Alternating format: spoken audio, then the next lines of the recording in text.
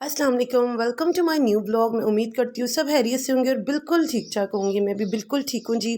तो ये जो थी सुबह का टाइम और मैं उठ गई थी और मेरी बेटी भी। तो जैसे ही मैं सुबह उठी तो मुझे इतनी प्यास लग रही थी, मेरा मुंह सूख रहा था। तो मैंने फिर जी बनाया ठंडा शरबत अपने लिए, क्योंकि ठंडा पानी अभी हम नहीं रख रहे फ्रिज में क्योंकि गले बहुत ख़राब हो रहे हैं। तो इस वजह से मैंने थोड़े क्यूब्स डाल दिए थे और उसके बाद शरबत पीने के बाद मैं आ गई थी किचन में मैंने जी अपने लिए बनाया था हाफ़ फ्राई और अपने हस्बैंड के लिए। वैसे तो गर्मी बहुत थी, यानी कि गर्मी आ गई है तो मेरा अंडा खाने को बिल्कुल भी दिल नहीं करता, लेकिन सुबह उठो तो कुछ समझ नहीं आ रहा होता और कोई हैवी चीज़ खाने को भी दिल नहीं कर रहा होता। इस वजह से फिर मैंने अपने लिए अंडा बना लिया था और वो भी मैं सिर्फ वाइट पार्ट खाती हूँ, मैं जर्दी नहीं खाती। इस वजह से भी जो था ना वो मुझे इतना आपको पता है कि फ़र्क नहीं पड़ने वाला, क्योंकि जो अंडे की जर्दी होती है वो ज़्यादा गर्म होती है, तो सफ़ेदी जो होती है वो इतनी नहीं होती। तो वाइट पार्ट जो है ना वो मैं ईज़िली खा लेती हूँ। और मेरे जो हस्बैंड है ना वो जो रात का सालन होता है ना वो खाते हैं रोटी के साथ। उनको अंडा स्लाइस और ये चाय रस वगैरह सुबह के टाइम बिल्कुल भी नहीं पसंद होता। तो वो मुझे कहते हैं कि मुझे ना रोटी बना दो। तो मैं इधर उनकी रोटी बनाने लग गई थी और मेरी बेटी की कुछ तबीयत नहीं ठीक है, वो इतनी चिड़चिड़ी हुई है। सारी रात तकरीबन वो मेरी गोद में ही रही है और वो उसका गला भी ख़राब हुआ है। तो आजकल वो इतना मुझे तंग कर रही है कि सिर्फ उसको होता है मेरी माँ ना मुझे गोद में पकड़ के रखे। तो वो चीज़ मुझे बहुत इरिटेट करती है, फिर मैं कोई काम नहीं कर सकती और मेरे लिए ना उसको पकड़ के कोई भी काम करना बहुत मुश्किल होता है। वो अपनी दादी दादा के पास इतनी मतलब इतनी ईज़ी रह लेती थी कि मुझे कोई इतनी टेंशन नहीं होती थी कि चलो उनके पास है। तो अब तो वो इतना तंग कर रही है ना, तो बस मैं आजकल इतनी परेशान हूँ ना उसके हवाले से। एक तो वो क्रॉलिंग करके अब माशाल्लाह चलना भी थोड़ा बहुत स्टार्ट कर गई है, तो मुझे बस यही डर होता है कहीं गिर ना जाए। और आपको पता है कि इस एज में बच्चे का कितना ध्यान रखना पड़ता है। इसके बाद मैं जी अपनी चाय बनाने लग गई थी और मेरे हस्बैंड कह रहे थे कि मैंने आज चाय नहीं पीनी क्योंकि मौसम चेंज हो गया। तो मैंने कहा चलो मैं तो चाय के बगैर नहीं कर रह सकती और मेरा नाश्ता तो अधूरा होता है, लेकिन मैंने अपनी चाय ज़रूर बनानी है। फिर मैं बाहर आके नाश्ता करने लग गई थी और साथ आयशा को भी नाश्ता करवा रही थी। और इस टाइम बाहर बैठ के इतनी मतलब गर्म मौसम था ना कि मतलब कि मैं आपको बता नहीं सकती कि आज ऐसा लग रहा था कि पता नहीं क्या, समझ नहीं आ रही थी कि गर्मी है कि क्या है। ऐसा मौसम मई जून में होता है जो आजकल मौसम हो गया है। तो मैं यही कहूँगी कि अल्लाह पाक हमारे गुनाहों को माफ़ करे और अल्लाह पाक हम सब के लिए आसानी पैदा करे। तो उसके बाद ये नाश्ता वगैरह करने के बाद मैं किचन में आ गई थी और मैंने किचन में आके बर्तन वगैरह जो थे वो साफ़ कर लिए थे और जो मेरे दूसरे वगैरह काम थे किचन में, लहसुन प्याज मैंने छील लिया था क्योंकि मैंने हांडी के लिए पहले ही सब कुछ करना होता है। और उसके बाद जी फिर मैं आयज़ा के जो थे फीडर अच्छी तरह धोए, उनको मैंने लाइट सा बॉयल किया क्योंकि मैं ना थोड़ा सा मिक्स डाल के ना तो आयज़ा के जो मतलब पानी में ना इसका जो फीडर है वो बॉयल कर लेती हूँ। और फिर मैंने आज आयशा को नहलाना था क्योंकि मुझे 2-3 दिन हो गए थे मैंने आयशा को नहीं नहलाया हुआ था, तो पूरी गंदी गंदी मुझे लग रही थी। फिर मैंने पहले उसकी मसाज की, पहले मैंने अपना कमरा सेट किया कि अपने कमरे की डस्टिंग की काम वाली से काम करवाने के बाद, और फिर मैंने उसकी मसाज की। मसाज जो थी वो मैंने जॉनसन ऑयल की थी। और मैंने उसके पहले ना मैंने इस तरह से मसाज करती हूँ, पहले मैं इसकी जो है ना टांगें और जो बाजू हैं उन पे ऑयल लगा के उनको दबाती हूँ, फिर मसाज करती हूँ और सर पे, और फिर जो पाँव की तली होती है ना उनको अच्छी तरह मैं उस पे ना ऐसे करके ना मतलब हाथ के जो होते हैं उसको मलती हूँ, तो उससे ना बच्चे बड़ा ना सुकून में आ जाता है। फिर नहलाओ ना तो बच्चा 2-3 घंटे रेस्ट में रहता है, मतलब कि सोया रहता है। इधर जी मैंने इसको नहला दिया तो इसको मैं तैयार कर रही थी।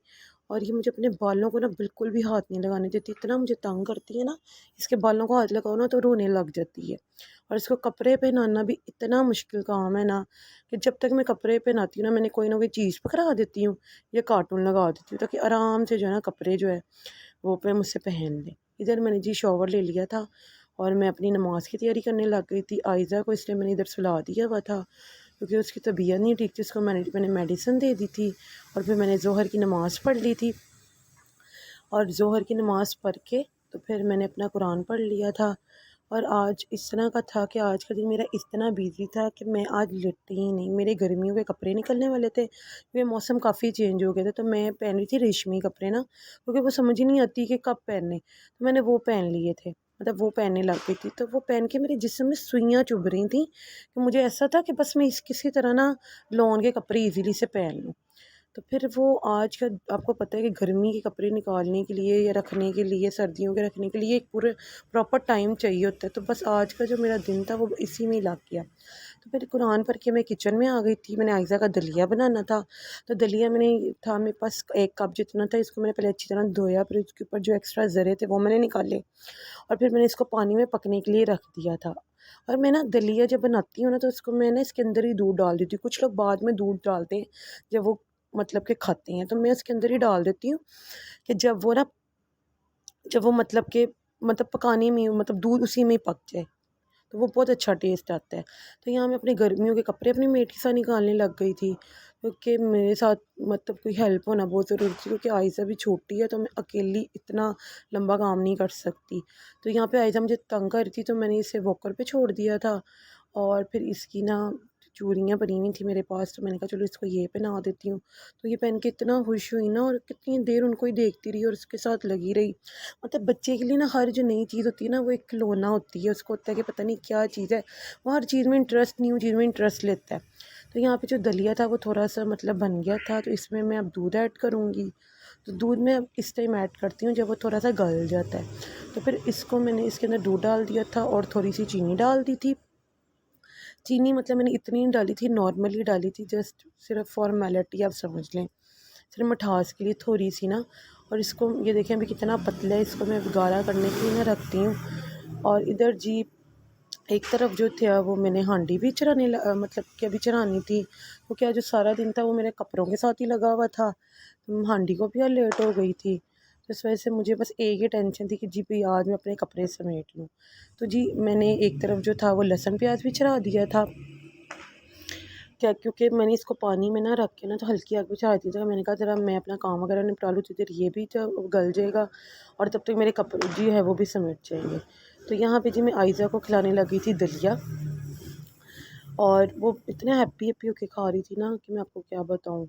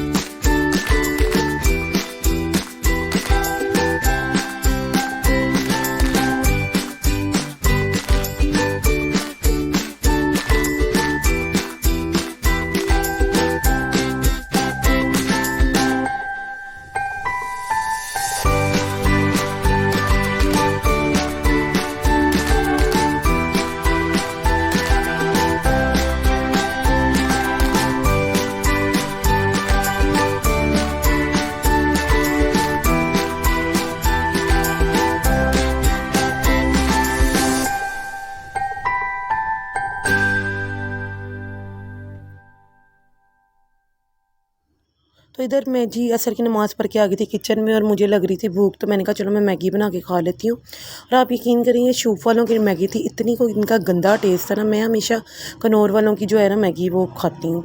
तो ये मेरे हस्बैंड ले आए थे क्योंकि मेरा दिल कर रहा था खाने को, तो इसका इतना गंदा टेस्ट था। हालांकि इसमें सिर्फ जो मसाला इसके अंदर होता है ना पैकेट में, मैंने वो डाला था, और इतना इसका नमकीन टेस्ट था ना कि मैं आपको बता, इतना नमक था इसमें, इतना नमक था कि मैं आपको करवा हो गई थी, जो मेरी मैगी है करवी हो गई थी, मैं बस क्या बताऊँ। और और मैं इस मैगी है ना इसके इतना इसका सूप नहीं रखती, मैं इसको पानी इसका बिल्कुल सुखा देती हूँ। और एक तरह मैं सबके लिए चाय बना रही थी, मैंने तो शाम की चाय के साथ मैगी खा ली थी। और मेरी सास कह रही थी कि मुझे बिस्किट दे दो, तो मैंने उनको बिस्किट दे दिए थे। और मैं मैगी के साथ ना इस तरह चिप्स ज़रूर खाती हूँ, लेज़ या कोई भी, क्योंकि मुझे ना इस तरह खाने की आदत है, अदरवाइज़ मेरे अंदर मैगी नहीं जाती। तो मुझे ना हमेशा लेज़ या इस तरह का ना खाने की आदत है। तो मेरी जो थी वो एक तरफ जो खाना था वो भी तैयार हो गया था, और अब इस टाइम हो रहा था रात का काफ़ी टाइम, यानी कि 7-8 बज गए हुए थे, और मैं अब किचन में आ गई थी और मैं रोटियां बनाने लग गई थी। इससे पहले जो थी थोड़ी देर पहले मैं लेट भी गई थी, क्योंकि मैं ना काफ़ी थक गई हुई थी आज, क्योंकि मैं दोपहर के टाइम नहीं लेटी थी, तो मैं मगरिब की नमाज़ पढ़ के लेट गई थी। फिर मैंने आके किचन में हांडी देखी और फिर मैं रोटी बनाने लग गई थी। तो बात ये कि जो है ना रोटी बनाना, ये बहुत ज़्यादा ना, मतलब कि जो न्यू किचन में आती हैं ना बच्चियाँ, उनके लिए बहुत टफ़ है। जब मैं न्यू न्यू किचन में आई थी ना, तो मुझे रोटी बनाना इतना मुश्किल लगती थी, मुझे रोटी बनानी आती नहीं थी, मुझे खाना बनाना आ गया था। और मैंने ना फिर रोटी मतलब डेली बनाई और मैंने प्रैक्टिस की। तो जब तक आप लोग डेली रोटी बनाओगे और प्रैक्टिस नहीं करोगे ना, आपको कभी भी नहीं बनानी आएगी। मैं पहले ऐसे करती थी, एक दिन बना ली, 2-3 दिन मम्मा ने बना ली, तो फिर मैंने कोशिश की तो फिर मिली।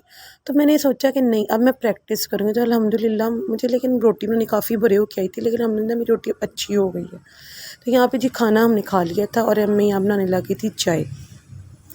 तो मैं ये बात कर रही थी कि अगर आपने कोई चीज़ सीखनी है ना, तो एकदम नहीं आती। आप जब तक प्रैक्टिस नहीं करते ना और आपकी मिस्टेक्स नहीं होती, तब तक आप कोई भी चीज़ को ना परफेक्ट नहीं कर सकते। आप हमेशा गलतियों से ही सीखते हो।